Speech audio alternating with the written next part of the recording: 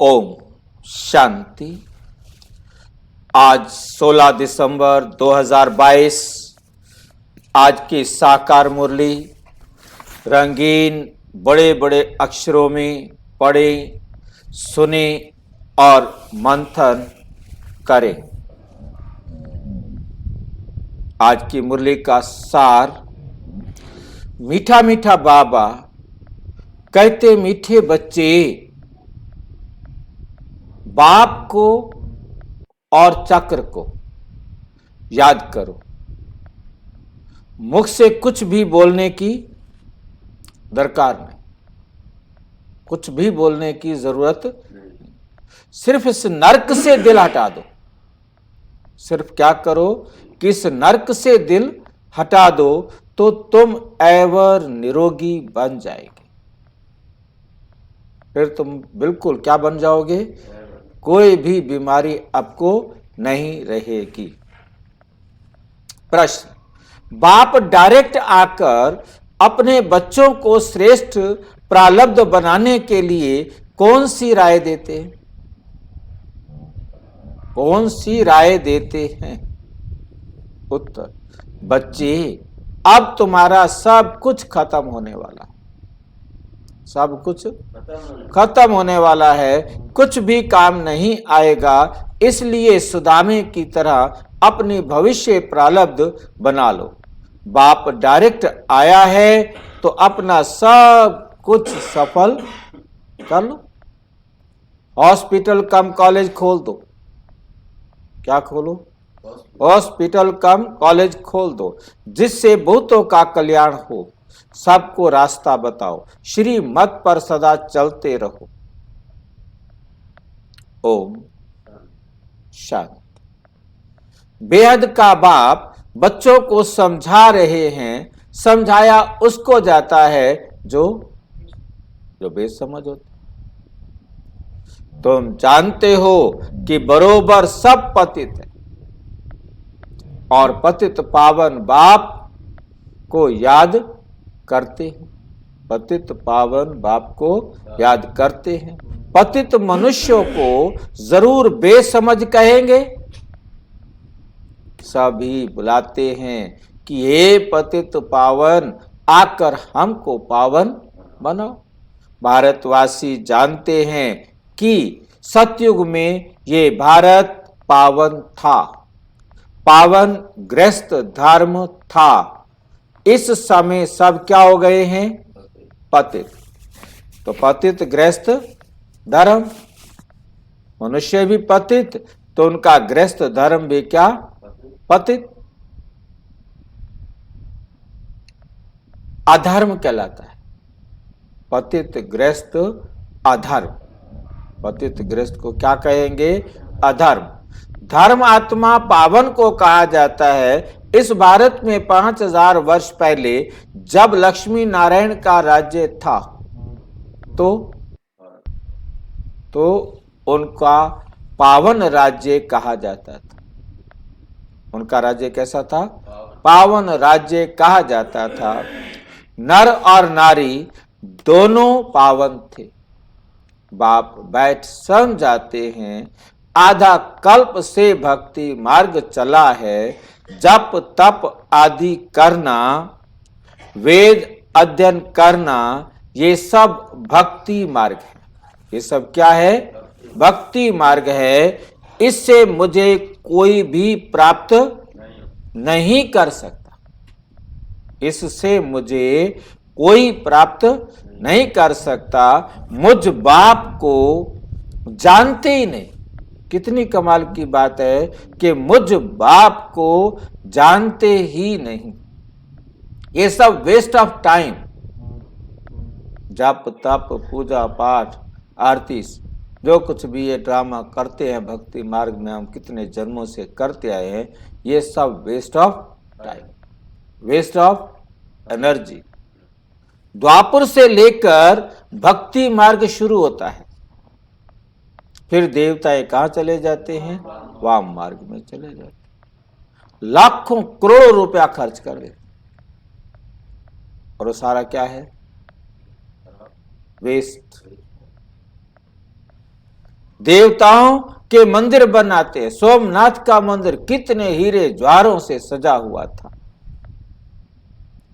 उस समय के हिसाब अनुसार करोड़ों रुपया, आज के हिसाब से तो अरबों रुपया खर्च किया हो, क्योंकि उस समय तो हीरे जवाहरात आदि का दाम कुछ भी नहीं था। इस समय अगर वो मंदिर होता तो अथाह पद्मों की मिल्कियत हो जाए। अब आप समझाते हैं मीठे बच्चे, वेद शास्त्र अध्ययन करना ये भक्ति, ये क्या है? भक्ति है। उसको ज्ञान नहीं कहा जाता, उसको ज्ञान नहीं कहा जाता। सतयुग में तीर्थ आदि नहीं मानते हैं। गंगा जमुना नदियां तो सतयुग में भी हैं, अभी भी हैं। सतयुग में कोई तीर्थ करने के लिए नदियों पर वहां जाए नहाए। बाप तो है ज्ञान का सागर, वो बैठ ज्ञान देते हैं। आधा कल्प ये भक्ति चलती। पहले अव्यभिचारी भक्ति होती है, शिव की ही पूजा करते हैं, फिर देवताओं की। अभी तो भक्ति व्यभिचारी हो गई। भक्ति करते, शास्त्र आदि पढ़ते रहते हैं तो सब भगत हो गए। सजनिया मुझ एक साजन को याद करती हैं। भक्तों की रक्षा करने वाला है भगवान। तो जरूर भक्ति में तकलीफ होती है, तब तो कहते हैं आकर हमको लिबरेट करो, दुख से मुक्त करो, गाइड बन, मुक्ति धाम ले चलो। उनको ये पता नहीं है कि भगवान कौन, भगवान कौन है। शिव व शंकर के मंदिर में जाते हैं, शिव शंकर को इकट्ठा कर दिया है। हैं दोनों अलग अलग, हैं दोनों अलग अलग। वे निराकार, वे सूक्ष्म शरीरधारी, वे मूल वतन में रहने वाला, वे सूक्ष्म वतन में रहने वाला। तो बाप समझाते हैं, मंदिर में बैल दिखाते हैं, समझते हैं ये शिव शंकर का बैल है। बैल पर सवारी थी। अब शिव के लिए कहते हैं वो सर्वव्यापी है। ऐसे नहीं कहेंगे कि शिव शंकर सर्वव्यापी है। शिव के लिए कहेंगे सर्वव्यापी है, शिव शंकर के लिए सर्वव्यापी एक परम पिता परम आत्मा निराकार को कहते हैं। अब बाप कहते हैं देखो मैं निराकार तुमको कैसे पढ़ाता हूं। बैल पर कोई सवारी थोड़ी होती, हमारी सवारी बैल पर क्यों दिखाई है? मैं तो साधारण मनुष्य तन में प्रवेश करके आता। मैं किस में प्रवेश करके आता हूं? साधारण मनुष्य तन में प्रवेश करके आता हूं। उनके 84 जन्मों की कहानी बैठ तुमको सुनाता हूं। तुम भी ब्रह्मा मुख वंशावली आकर बने। तुम भी क्या बने हो?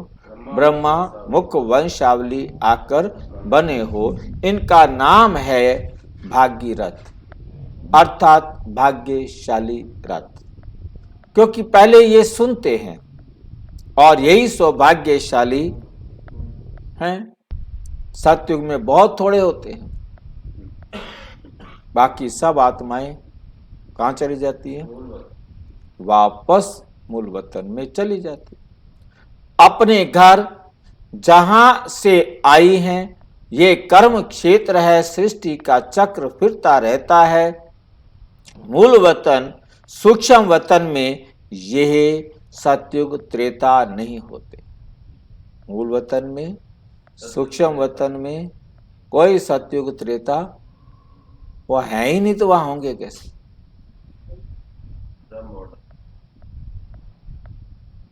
ये ड्रामा का चक्र यहां फिरता है।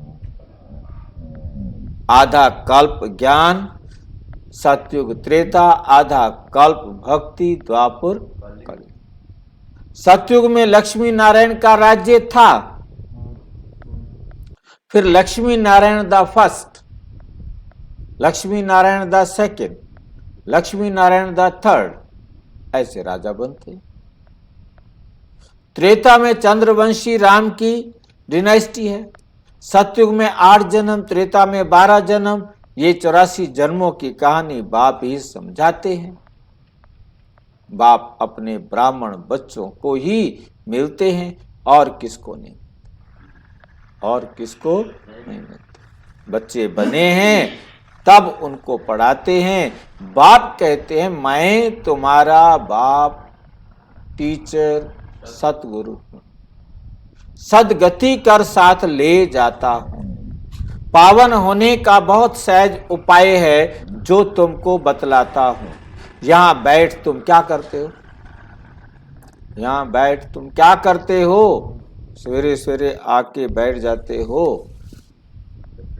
हाँ, बच्चे कहते हैं बाबा हम आपको याद करते हैं। आपका फरमान है। क्या फरमान है बाबा का? हाँ, कितनी देर?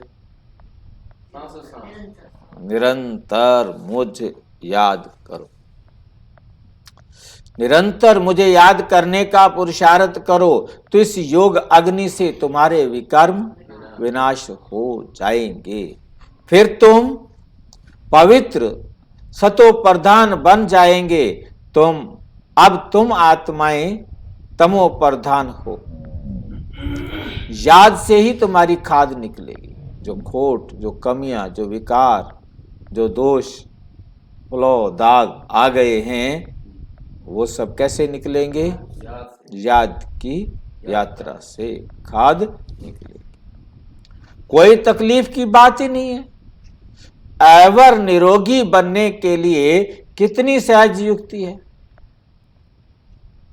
एक्सरसाइज करने से बहुत सारी बीमारियों को हम ठीक कर सकते हैं, शरीर को स्वस्थ रख सकते हैं, परंतु आत्मा स्वस्थ होगी तो शरीर स्वस्थ होगा। तो आत्मा को स्वस्थ रखने के लिए, आत्मा को सतो प्रधान बनाने के लिए बाबा कहते ये सहज युक्ति है। आत्मा स्वस्थ तो तन भी स्वस्थ।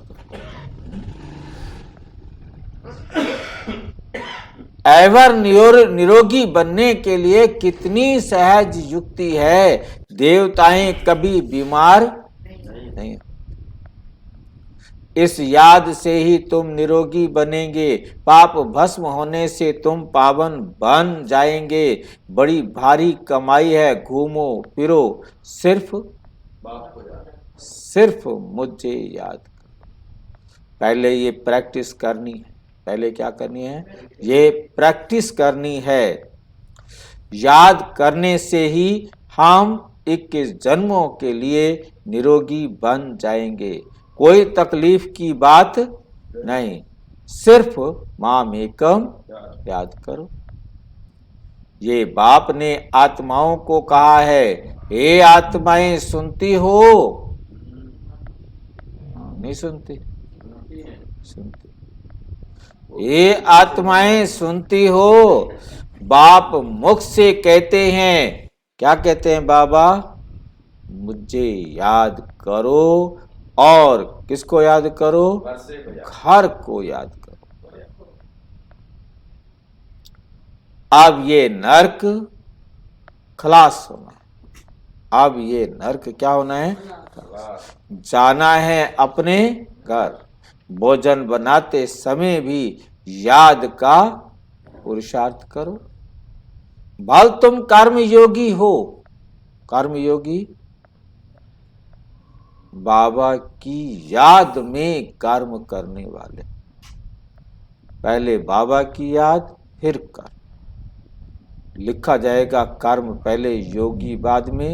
परंतु पहले बाबा की याद, बाबा की श्री मत पर हर कर्म करें, तब हम हैं कर्म योगी। तो कम से कम 8 घंटे तक तो जरूर पहुंचो।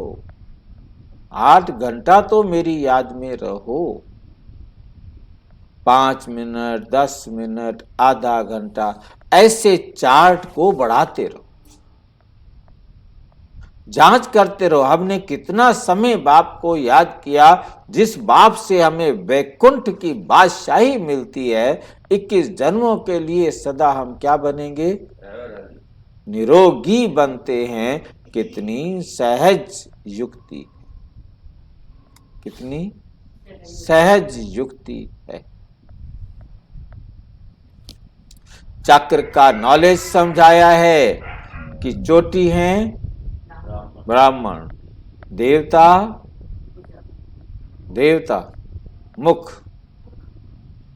और भुजा क्षत्रिय, वैश्य वैश्य क्या है? पेट, और शूद्र है जांघा।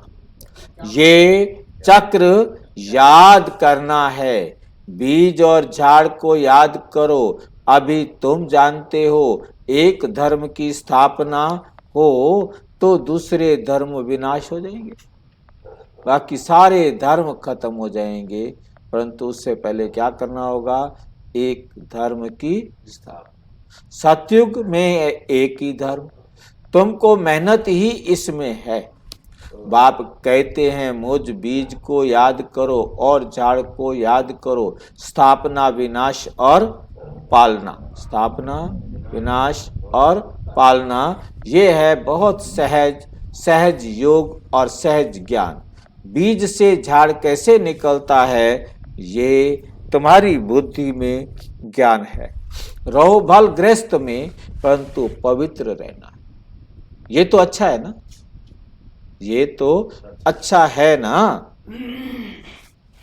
बाप कहते हैं 63 जन्म तुमने नरक में गोते खाए हैं, पाप किए, अब बिल्कुल ही क्या बन गए हो?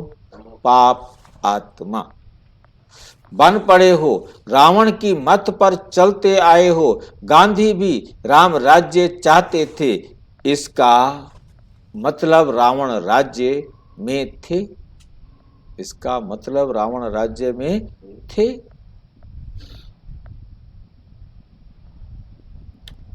मनुष्यों की बुद्धि कितनी मलिन हो गई है, कितनी मलिन हो गई है, कुछ भी समझते नहीं। स्वर्ग कब था किसी को पता ही नहीं। लक्ष्मी नारायण को 5000 वर्ष हुए हैं, ये किसको मालूम नहीं। सतयुग की आयु लाखों वर्ष कह देते हैं। आधा कल्प है ज्ञान, आधा कल्प है भक्ति। फिर जब पुरानी दुनिया हो जाती है तो आता है वैराग्य, तो आता है वैराग्य। इस नरक से दिल हटा देते हैं। तुम यहां बैठे बहुत कमाई करते हो। बाप कहते हैं तुम चक्रवर्ती राजा बनते हो। ये तुम्हारा अंतिम 84वां जन्म है। विनाश सामने खड़ा है। मृत्यु लोक का विनाश, अमर लोक की स्थापना हो रही है। अमरनाथ बाबा से हम सत्य नारायण बनने की सत्य कथा सुन रहे हैं। एक कथा है, एक कथा। शास्त्र आदि कितने ढेर बनाए हैं, करोड़ पदम रुपए खर्च करते हैं, है सब झूठ, है सब झूठ। बाप सच बताए, सचखंड की स्थापना करते हैं। कितना अच्छी रीति समझाया जाता है। कैसी भी अबलाएं, गणिकाएं, अहिल्याएं उस स्वर्ग का मालिक बन सकती, कैसी भी हो। गणिकाएं हो, अहिल्याएं हो, कुब्जाएं हो, सब क्या बन सकते हैं? स्वर्ग के मालिकपन से। तुम्हारे पास अब क्या रखा है? अमेरिका में क्या है? बड़े बड़े महल हैं। वे तो अभी गिरे की गिरे, ये बम संभाल के बैठे हैं ना, अभी गिरे की गिरे।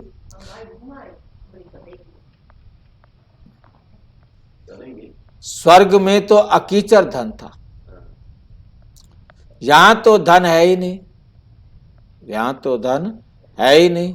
अमेरिका के व्हाइट हाउस को क्या लूटेंगे? कुछ भी रखा नहीं है। व्हाइट हाउस क्या है? अमेरिका के राष्ट्रपति का, जैसे भारत में राष्ट्रपति भवन देखने जाते हैं ना दुनिया, ऐसे वहां अमेरिका के राष्ट्रपति का जो भवन है उसको व्हाइट हाउस बोलते हैं, जहां राष्ट्रपति रहते हैं। कुछ भी रखा नहीं है वहां। वहां सतयुग में तो गरीब से गरीब का महल भी यहां से अच्छा होगा, और अमेरिका के राष्ट्रपति के महल से अच्छा वहां के गरीब का भी महल। मौज आ गई।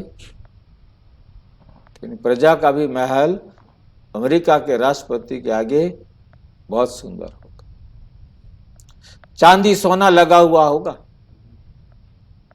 वहां सब सस्ताई रहती है, सबको अपनी जमीन रहती है। सुदामे का मिसाल है, भक्ति मार्ग में 2 मुट्ठी ईश्वर अर्थ देते आए हो। कोई 5, 10, 100 रुपया भी दान करते हैं, जिसका एवजा दूसरे जन्म में मिलता है। इसलिए ही मनुष्य दान पुण्य आदि करते हैं। इस जन्म में करेंगे तो अगले जन्म में। कोई हॉस्पिटल खोलते हैं तो दूसरे जन्म में तंदुरुस्ती अच्छी मिलती है, दूसरे जन्म में तंदुरुस्ती अच्छी मिलती है। कोई बीमार नहीं होते हैं। कोई कॉलेज बनाते हैं तो दूसरे जन्म में पढ़कर होशियार हो जाते हैं। एक जन्म का फल दूसरे जन्म में मिलता है। अब परम पिता परमात्मा निराकार बाप तो दाता है। निराकार बाप क्या है? तो दाता है। बाप कहते हैं, क्या कहते हैं? बच्चे एक हॉस्पिटल कम कॉलेज खोलो। क्या खोलो? एक, कम से कम एक हॉस्पिटल कम कॉलेज खोलो। कोई खर्चा है? कितना खर्चा होगा? 3 पैर पृथ्वी, बस बैठने की जगह मिल जाए, चाहे वो किराए की हो चाहे वो फ्री की हो। पार्क में खड़े हो जाओ, बस हो गया काम शुरू। इसमें बहुतों का कल्याण होगा। इसका फल तुम्हें 21 जन्मों के लिए, इसका फल तुम्हें 21 जन्मों के लिए मिलेगा। वे है इनडायरेक्ट। दुनिया में जो भक्ति में खर्च करते वो तो इनडायरेक्ट। आपने जितनी आत्माओं को सुख दिया, दान पुण्य किया, उनकी भूख मिटाई, प्यास मिटाई, ठीक नहीं, परंतु ये है डायरेक्ट, ये है डायरेक्ट। 21 जन्मों के लिए प्रारब्ध मिलती है, क्योंकि अब बाप डायरेक्ट बैठे, सन्मुख बाबा बैठे हैं, समझाते हैं तुम्हारा सब कुछ खत्म होने वाला है।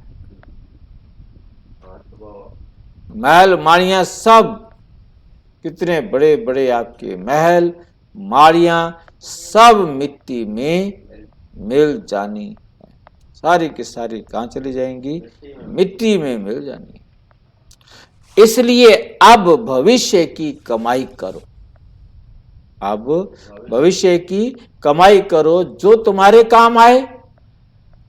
जो भी आए उसको रास्ता बताओ, बाप को याद करो, तो तुम्हारी कट, तुम्हारे दाग, तुम्हारे विकार, तुम्हारे दोष निकल जाएंगे। पारलौकिक बाप है, दूसरा कौन है? पारलौकिक बाप। एक लौकिक बाप हो गया, पारलौकिक बाप है। बाप कहते हैं श्रीमत पर चलने से कुछ होगा, तुम स्वर्ग के मालिक बन जाएंगे। पारस बुद्धि बन सकते हो, पारस बुद्धि अभी क्या बन गए, पत्थर बुद्धि। पत्थर बुद्धि से पारस बुद्धि बन सकते हो। कितनी युक्तियां भी बाबा समझाते रहते हैं, हर एक के कर्म का हिसाब अपना अपना है। हर एक के कर्म का हिसाब क्या है, अपना अपना है। बाप कर्म अकर्म और विकर्म की गति बैठ समझाते हैं। कर्म अकर्म और विकर्म की गति बैठ समझाते हैं। कोई भी तकलीफ हो तो क्या करो, सर्जन के पास आकर श्रीमत लो। अहिल्याओं, कुब्जाओं, गणकाओं आदि सबका ये रास्ता, सबको ये रास्ता बताना है। रास्ता एक ही है। पवित्र पर हंगामा होता आया है, विष नहीं दिया तो मारने लग पड़ते हैं, घर से निकाल देते हैं, कितना हंगामा करते हैं। बाबा कहते हैं इस ज्ञान यज्ञ में अस्त्रों के विघ्न बहुत पड़ेंगे, अबलाओं पर अत्याचार बहुत होंगे और सत्संगों में कभी भी, और सत्संगों में कभी भी ऐसे अत्याचार नहीं होते। यहाँ पर विघ्न पड़ते हैं। बाबा कहते हैं कितने पतित बन पड़े हैं, अभी तुम पवित्र बनते हो। पावन दुनिया का मालिक बनने के लिए बाप का फरमान है, बाप का फरमान है, ये अंतिम जन्म पवित्र बन मुझे याद करो तो कुछ होगा, विकर्म विनाश हो। इसका नाम ही है सहज राजयोग, और कोई शास्त्र में ये युक्ति नहीं। गीता में है देह के सब धर्म त्याग, मुझ अपने बाप को याद कर। अब श्री कृष्ण तो भगवान है नहीं, श्री कृष्ण तो भगवान है नहीं। भगवान सब आत्माओं का बाप एक है। शरीर का लोन लिया है, ये है भाग्यशाली रथ। इनको खुशी तो होती है कि मेरा शरीर भगवान काम में लाते हैं। इस शरीर में बाप आकर सबका कल्याण करते हैं, बाकी बैल आदि नहीं, बाकी बैल आदि नहीं है। इन बातों को नया क्या समझे, इन बातों को नया क्या समझे। अच्छा, मीठे मीठे सिक्की लदे बच्चों प्रति माता पिता बाप दादा का याद प्यार और गुड मॉर्निंग। रूहानी बाप की रूहानी बच्चों को नमस्ते। हम रूहानी बच्चों की रूहानी बाप दादा को नमस्ते नमस्ते नमस्ते। धारणा के लिए मुख्य सार नंबर 1, इस अंतिम जन्म में संपूर्ण पवित्र बन बाप की याद में ही रहना है। संपूर्ण पवित्र बन इस बाप की याद में ही रहना है। इस पतित दुनिया से दिल हटा देनी है। इस पतित दुनिया से क्या करनी है, दिल हटा देना है। सुदर्शन चक्रधारी बनना है। हॉस्पिटल कम कॉलेज खोल अनेकों का कल्याण करना है। हर कदम पर सुप्रीम सर्जन से श्रीमत लेनी है। वरदान है दिव्य बुद्धि द्वारा त्रिकालदर्शी स्थिति का अनुभव करने वाले सफलता मूर्त भव। ब्राह्मण जन्म की विशेष सौगात दिव्य बुद्धि है। इस दिव्य बुद्धि द्वारा बाप को, अपने आप को और तीनों कालों को स्पष्ट जान सकते हो। बाप को, अपने आप को और तीनों कालों को स्पष्ट जान सकते हो। दिव्य बुद्धि से ही याद द्वारा सर्व शक्तियों को धारण कर सकते हो। दिव्य बुद्धि त्रिकालदर्शी स्थिति का अनुभव कराती। दिव्य बुद्धि त्रिकालदर्शी स्थिति का अनुभव कराती है। उनके सामने तीनों ही काल स्पष्ट होते। आपके सामने तीनों काल स्पष्ट है? स्पष्ट है। कैसे? जैसे अब हम बैठे हैं, ऐसे 5000 साल पहले बैठे थे, फिर 5000 साल बाद बैठे। स्पष्ट। तीनों काल हमारे सामने, मतलब कोई भी प्रश्न उठ ही नहीं सकता। दुनिया वालों के सामने नहीं। कहा भी जाता है, जो सोचो, जो बोलो, आगे पीछे का सोचकर, समझकर, परिणाम को जानकर कर्म करने से सफलता अवश्य होती। क्या जानना है हमें? परिणाम, इसका रिजल्ट क्या निकलेगा। मैं जो कुछ करने जा रहा हूं, इसका रिजल्ट क्या निकलेगा। मैं उसको थप्पड़ मारने जा रहा हूं, इसका रिजल्ट क्या मिलेगा? थप्पड़ मिलेगा। सहयोग दूंगा तो सहयोग मिलेगा, सम्मान दूंगा तो सम्मान मिलेगा। इस परिणाम को जानकर कर्म करने से सफलता अवश्य होती है। स्लोगन है, यथार्थ निर्णय देना है। यथार्थ निर्णय देना है तो रूहानी फख्र, रूहानी नशे द्वारा बेफिक्र स्थिति में स्थित रहो। कैसे रहो? रूहानी फख्र में, रूहानी नशे में, बेफिक्र, कोई परवाह। अच्छा, ओम शांति। और विस्तार से जानने के लिए प्रजापिता ब्रह्मा कुमारी ईश्वरीय विश्वविद्यालय के किसी भी सेवा केंद्र पर संपर्क करें। और यदि कोई प्रश्न हो तो 9213106986 पर केवल टेलीग्राम करें। 9650692270 पर केवल व्हाट्सएप करें, फोन नहीं। ओम शांति।